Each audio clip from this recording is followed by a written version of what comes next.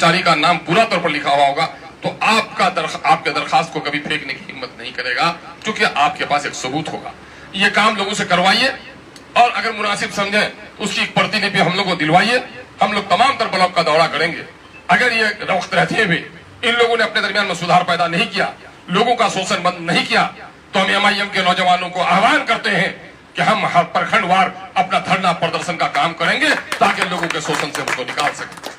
हमने उसकी शुरुआत कर दी है। यकीन है कि आइंदा दिनों में हम उसकी तारीख आप लोगों के दरमियान में जारी कर देंगे। और तमाम तर प्रखंडों में है ना झंडा गाड़ो और लोगों की सच्चाई की बात करो। हमको ये लड़ाई लड़ना है। हमें जीत और हार से बहुत फर्क नहीं पड़ता है ना।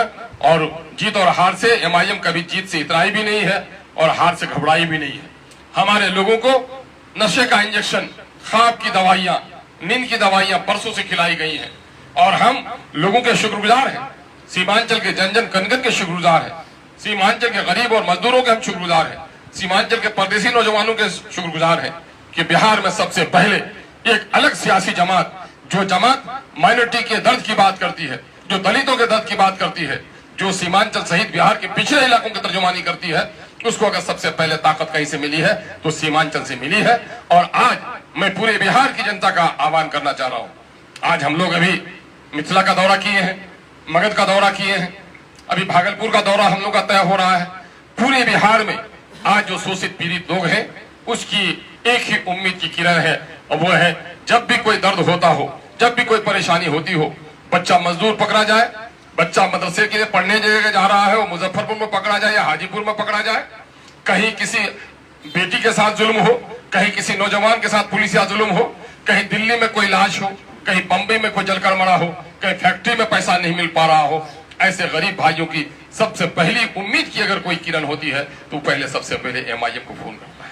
हम जनाब आदिल हसन एडवोकेट को हम मुबारकबाद देते हैं कि हम लोग चूंकि ज्यादातर इस तरह के मामला में रह जाते हैं, जब भी दिल्ली बम्बई का केस आता है, हैदराबाद का केस आता है, हम लोग फॉरवर्ड कर देते हैं आदिल साहब को। कोई ऐसा दिन नहीं है जो हम लोग के पास मसाइल नहीं आते और कोई ऐसा महीना नहीं है जो 10 में से 8 मसले को हम लोग हल करने की कोशिश नहीं करते। मेरे भाइयों, हमारा इलाका गरीब है, बाहर में मजदूरी करता है, हमारा इलाका अनपढ़ है, अपने हुकूक को नहीं जानता, मौसम की खराबी है, बीमार बहुत हैं, डॉक्टरों के यहाँ उनका शोषण हो रहा है, अनपढ़ है, ऑफिसों में उनका शोषण हो रहा है, हमारे लोग डरपोक हैं। अभी ठाकुरगंज में लोगों की पिटाई हुई है, अब देखेंगे तो आपका दिल कांप उठेगा, लेकिन उसको हिम्मत नहीं है बयान देने की।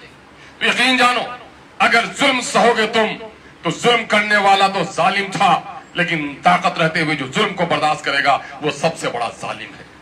जालिम को जो जुल्म से रोके वो भी जालिम के साथ है, कातिल को जो कत्ल से रोके वो भी कातिल के साथ है।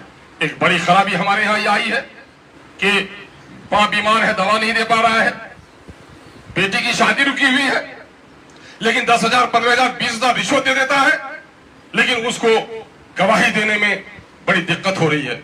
लोगों, समाज के कुछ दलाल हैं, अफसरों के जरिए से हमारे लोगों को लुटवा रहे हैं।